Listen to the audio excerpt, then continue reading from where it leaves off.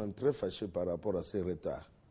Maintenant, je crois que l'appel à manifestation est fait.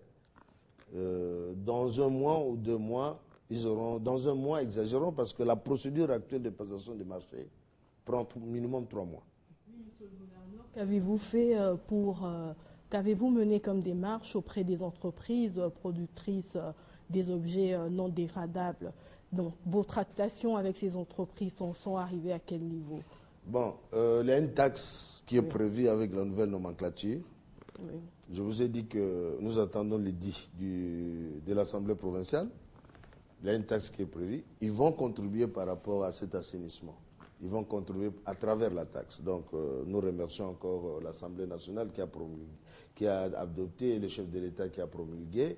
Nous avons une loi, il y a une taxe qui est prévue. Il n'y a que comme ça qu'on peut forcer ces gens à s'impliquer pour l'assainissement, parce que vous connaissez l'adage pollueur-payeur.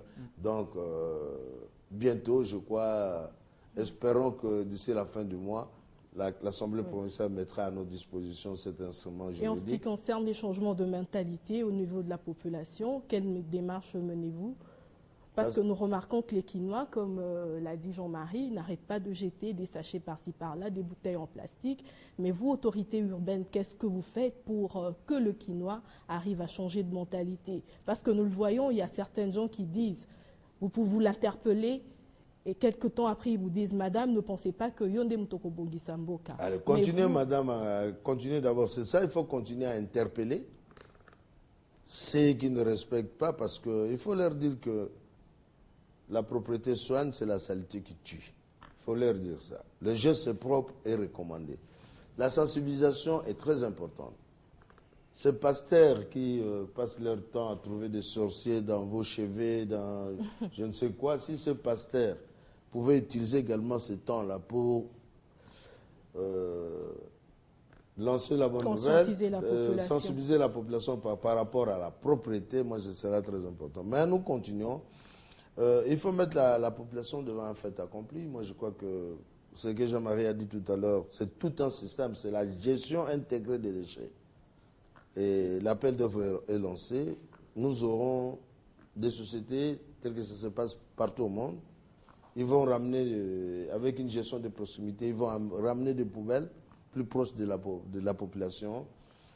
Et tout ce qu'on aura à collecter comme déchets, trier, il y aura des usines de transformation. Et les gens comprendront que ces sacs de sachets que j'ai, au lieu d'aller jeter, je garde mes sachets pour aller vendre, parce qu'il y aura des coins d'achat, de récupération. On ne va pas prendre ça gratuitement, toutes ces petites bouteilles en plastique.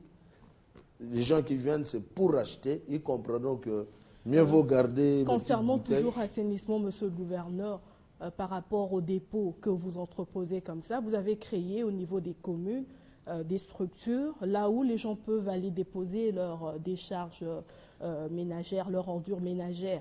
Mais nous remarquons qu'il y a certaines gens qui ne respectent pas. Et par moments, ces ordures ménagères mettent du temps pour être acheminées jusqu'au dépôt. Qu'est-ce que vous faites par rapport à ça? Madame, je parlais tout à l'heure de la gestion intégrée. C'est une chaîne. Oui. Donc, d'abord, il faut collecter, il faut trier, bon, il faut évacuer, évidemment. Mais est-ce que vous avez suffisamment de camions? Non, il ne faut pas dire. Il faut dire la vérité. On a une vingtaine, mais ce n'est pas assez pour une mégapole comme Kinshasa. On a une vingtaine. Mais Jean-Marie, je vous dis que pendant 6 ans, gouverneur de la ville, je n'ai jamais eu $1. J'ai dit le budget d'investissement de la ville, c'est 135 millions de dollars. C'est géré au gouvernement central. Je n'ai jamais eu $1. Bon, je pense que le message est passé. Le plus important, c'est ça. Il faut des moyens pour résoudre tous ces problèmes. On a bien compris. Il faut qu'on termine cette émission avec 2 petites questions, parce qu'on est suivi également à l'étranger par vos compatriotes qui sont à Johannesburg, à Paris, aux États-Unis. Bientôt, c'est l'été, ils vont venir en vacances ici. Est-ce qu'il y a un dispositif au niveau de la ville pour les accueillir, les faire découvrir la ville? Il y a beaucoup de choses qui changent ici, d'autres qui sont partis depuis très longtemps. Ils trouvent la morphologie de la ville changer. Qu'est-ce que vous faites au niveau de l'hôtel de ville pour les accueillir, vos compatriotes qui viennent de l'étranger? Les Congolais. Ce n'est pas possible. Je ne sais pas qu'est-ce que la ville de Paris fait pour accueillir les Français qui viennent d'Algérie, du Maroc, de Kinshasa. On ne fait rien. Oui. Ils sont Congolais, ils sont chez eux, ils ont des parents. Qu'est-ce qu'on fait? Nous faisons ce qu'ils font. ils appellent les parents. Mon avion va atterrir le mardi à 23h, ils viennent. Les parents sont au courant de tout ce qu'il y a comme hôtel dans la ville, tout ce qu'il y a comme... Il y en a beaucoup maintenant à Kinshasa. Il n'y a aucun problème. Oui. D'ailleurs, j'en profite pour féliciter et remercier certains Congolais de la diaspora qui ont compris qu'il faut investir chez eux. Et il y en a qui étaient surpris, à qui j'ai donné une exonération parce que je me dis... Ah, il y a des aides quand même au niveau de la ville. Non, non, ils ont droit à payer, par exemple, le pont fossé. On dit, bon, pendant une année, voilà un cadeau de la ville parce que vous avez pensé à venir investir dans la ville. Qu'ils continuent à le faire. Je sais qu'ils ont des possibilités d'avoir des crédits qu'ils pourront facilement rembourser s'ils investissent à Kinshasa. Autre question, vous avez offert au gouvernement provincial un siège. Il y a longtemps que les gouvernements provinciaux erraient comme ça, des salles de spectacle en salles de fête. Vous avez maintenant un siège pour votre gouvernement. Qu'est-ce que vous allez encore offrir à la ville de Kinshasa? Le gouvernement provincial n'a jamais erré dans la ville, non, non. Enfin, le Parlement, on était locataire, oui. Ça c'est vrai. Et nous avons construit. Et je vous dis que je suis le seul gouverneur qui a construit un siège pour le gouvernement provincial. Le seul qui a construit un siège.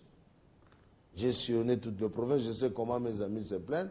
Ce n'est pas de leur faute parce qu'ils n'ont pas l'argent. Ils n'ont pas de moyens. En province? Ah non, non, non. On envoie 400 millions au Nord Kivu, il fait quoi avec? Donc votre... Je suis le doyen du gouverneur, je dois également parler de mes collègues. Je suis le seul à avoir construit. Vous en avez parlé à Kananga avec le chef de l'État à la dernière conférence des gouverneurs.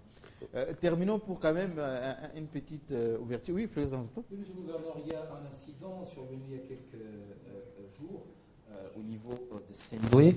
Mais généralement, lorsqu'il y a des drames... C'est un accident de circulation. Voilà, un accident de circulation. Généralement, en Europe, lorsqu'il y a des drames, on voit le maire, le gouverneur, voire même le président descendre sur les lieux et s'exprimer. Ce qui n'a pas été le cas vraiment avec vous, c'était bien après. Est-ce que vous avez pris des mesures pour que finalement cette artère soit protégée, mettre par exemple des garde-fous parce que c'est un endroit extrêmement dangereux? Merci.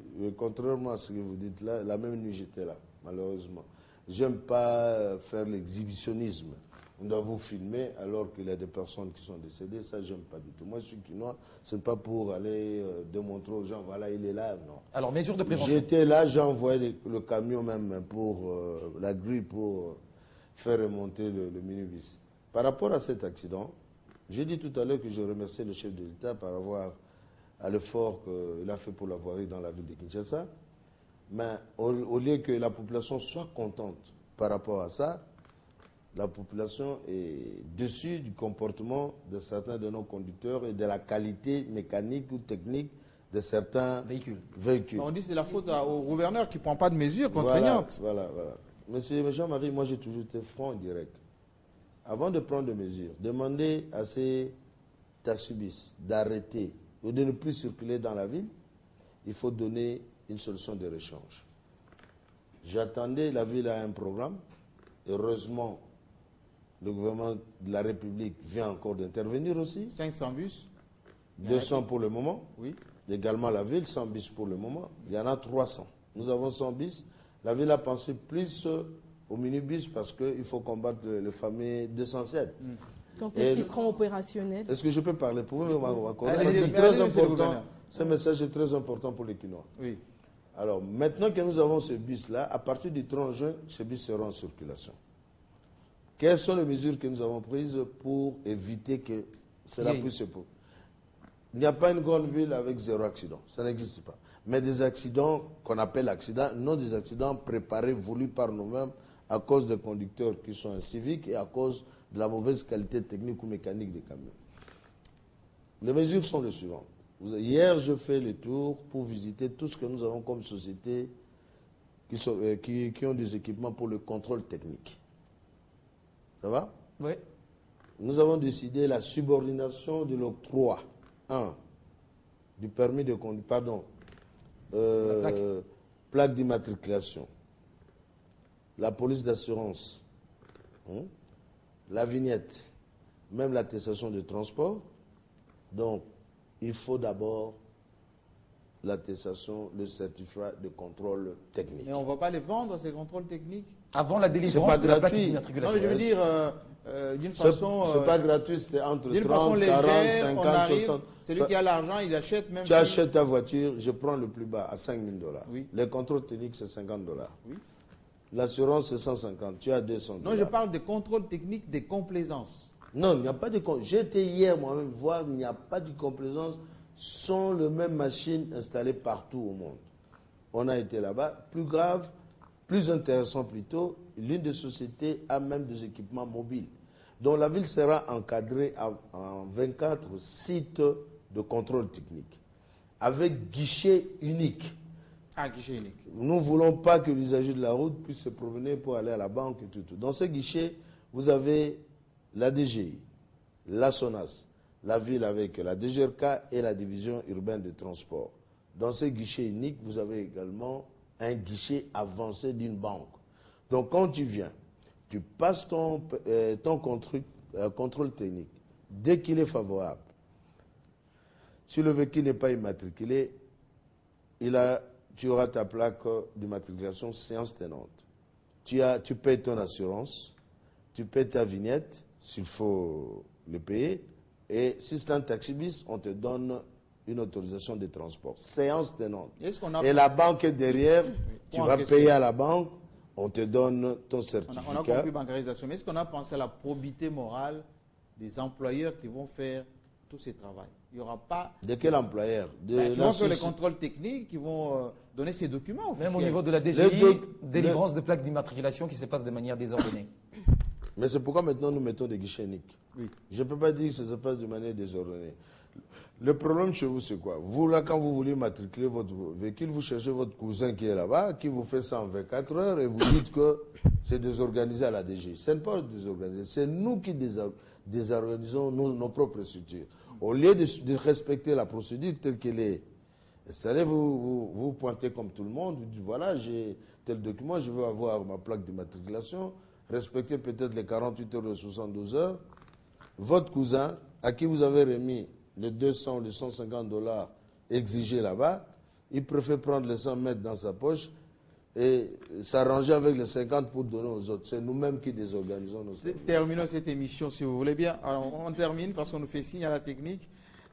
Moïse Katumbi au Katanga est très sollicité pour continuer la mandature. André Kimbuta, plus quinois que quinois. Qu'est-ce qu'il en pense, lui, André Kimbuta, au niveau de la ville de Kinshasa? Il va continuer à gérer cette ville? Le pouvoir vient de Dieu. C'est seul Dieu qui décide. S'il touche le cœur de mon président de la République pour me désigner, tant mieux.